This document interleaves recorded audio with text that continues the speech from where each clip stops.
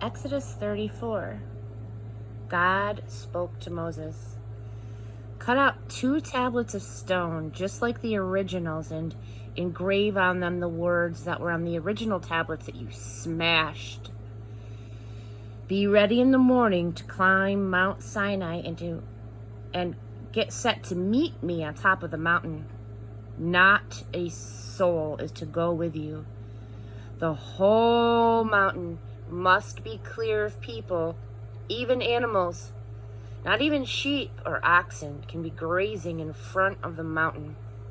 So Moses cut 2 tablets of stone just like the originals. He got up early in the morning and he climbed Mount Sinai as God had commanded him, carrying the 2 tablets of stone. God descended in the cloud and took up his position there beside him and called out the name God. God passed in front of him and called out, God, God, a God of mercy and grace, endlessly patient, so much love, so deeply true, loyal in love for 8,000 generations, forgiving iniquity, rebellion, and sin. Still, he doesn't ignore sin. He holds sons and grandsons responsible for a father's sin to the 3rd and even 4th generation. At once Moses fell to the ground and worshipped, saying, Please, oh Master, if you see anything good in me, please, Master, travel with us, hard-headed as these people are. Please forgive our iniquity and sin. Own us. Possess us. And God said, As of right now, I am making a covenant with you. In full sight of your people, I will work wonders that have never been created in all of the earth, in any nation. Then all of the people with whom you're living will see how tremendous God's work is. The work I'll do for you. Take careful note of all I commanded you today. I'm clearing your way by driving out Amorites, Canaanites, Hittites, Perizzites, Hivites, and Jebusites. Stay vigilant. Don't let your guard down, lest you make a covenant with the people who live in the land that you're entering, and they trip you up. Amen. Tear down their altars. Smash their phallic pillars. Chop down their fertility poles. Do not worship any other God. God, his name is the Jealous One, is a jealous God.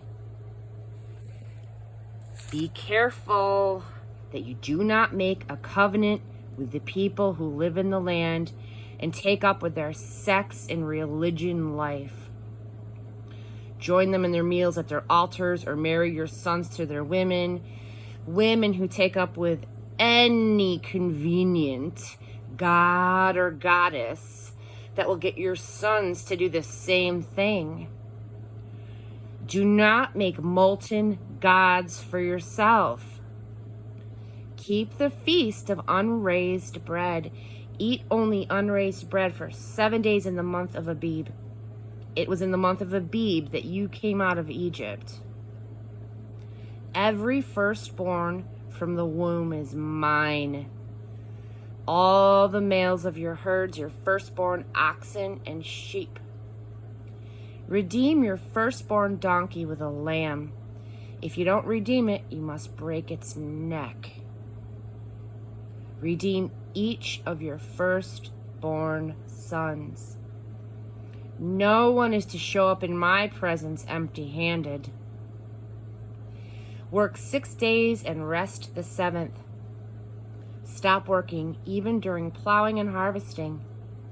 Keep the week of Keep the Feast of Weeks, with the first cutting of the wheat harvest and the feast of the ingathering at the turn of the year.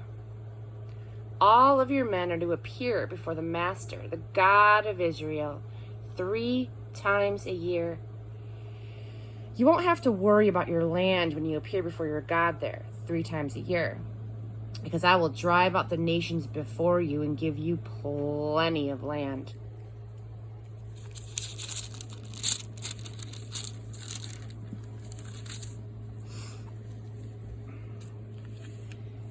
Nobody's going to be hanging around plotting ways to get it from you.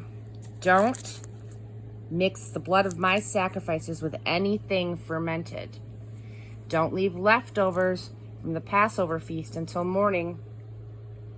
Bring the finest of the first fruits of your produce to the house of your God, and do not boil a kid in its mother's milk. God said to Moses, "Now, write down these words, for by these words I've made a covenant with you and Israel." Moses was there with God 40 days and 40 nights. He didn't eat any food. He didn't drink any water. And he wrote on the tablets the words of the covenant, the 10 words. When Moses came down from Mount Sinai carrying the 2 tablets of the testimony, he didn't know that the skin of his face glowed because he had been speaking with God. Aaron and all of the Israelites saw Moses. They saw his radiant face and held back, afraid to get close to him.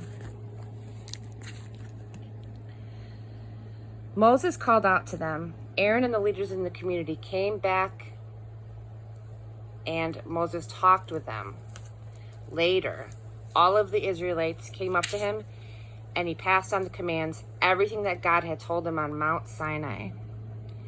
When Moses finished speaking with them, he put a veil over his face. But when he went into the presence of God to speak with him, he removed the veil until he came out. And when he came out and told the Israelites what he had been commanded, they would see Moses' face, its skin glowing. And then he would again put the veil on his face until he went back in to speak with God.